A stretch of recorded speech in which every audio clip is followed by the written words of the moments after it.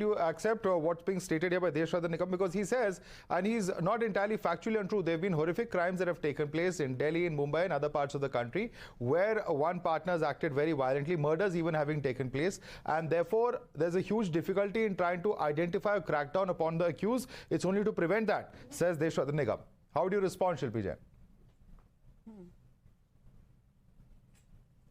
See, when there is a legal relationship, which is a formal commitment recognized by law, we call it marriage. When the couples choose not to make a social declaration of their marriage or not to give each other the same rights or responsibilities which a married life brings, they may choose to have a live-in relationship.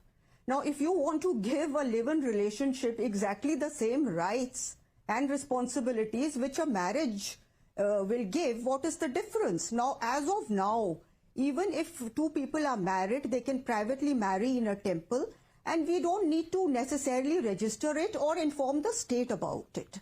Now, this is a knee-jerk reaction, and where they take it to another level, a live-in relationship, where you need to take your boyfriend or girlfriend to the registrar and say, look, this is my boyfriend and this is my girlfriend. And worse, when you break up, then again you go to the registrar and say, yes, now we are breaking up. It's like the state peeping into your bedroom, into your hearts. Where is the privacy? And supposing a couple has a live-in relationship and a breakup, say 3 or 4 times in 3 or 4 years, every time he goes with his partner to the registrar, who is the registrar to, be told that I am in a relationship? It's a choice I make. And if I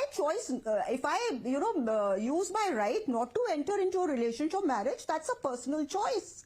I don't want to. And as far as the children being, given some special rights, they are already live-in relationship is recognized, that children are legitimate. Even under Domestic Violence Act, they are entitled to maintenance. And it is totally contrary to the spirit of the law and the courts in the present times. Okay. Adultery has been decriminalized. So what are they talking about? There's a Lakshman Rekha which I don't think needs to be crossed. Okay. I am against the requirement of declaring your relationship to the registrar, and also the penal provisions. Okay, two very important points. Two very important points. Kasturi Shankar, why have these penal provisions? This is a Lakshman Rekha being crossed, and this is like the state peeping into your bedroom, says Shilpi Jain. Please respond to her on these 3 counts. I want to actually add to what Madam Shilpi Jain said, and start by saying, while I agree with the intention of the law, of the proposed law to protect unofficial relationships, because yes, we have had women chopped into pieces and found in refrigerators. So, it's a huge process to actually link everything together. But that said and done, the first question that comes to mind is, in a live-in relationship, which obviously the couple does not want to formalize, which is why it is a live-in relationship in the first place. They want to have a degree of flexibility. Even registering it when you are all happy and you are a couple in love is all very fine. But when you need to go terminate it, ek to nahi aayega. One of the two will not show up at the registrar office. This is more harassment. It is more of a process. It is going to be a pain for the authority involved. It's not feasible. It's not practical. I think the penal provisions need to be done away with, and they have to be made optional. And when you make it an option, trust me, there will be a lot of women who do take it up.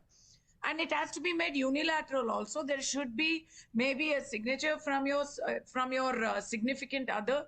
And it should not be that they have to come to a registrar office. Because at the end of the day, while we make a clear distinction between illicit relationships and a consensual, legitimate relationship, the reality of today's society in India is that many of these couples don't want it to be known to their family, or they don't have their family's approval.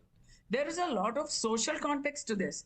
And then you are compelling them to have a quasi-marriage, which can be short-term, and then they have to go through the ignominy of announcing to the world that they were in a relationship that they are no longer in. I think that is really not the way to affect social reform, number one. And number two, where does this leave the LGBTQ community?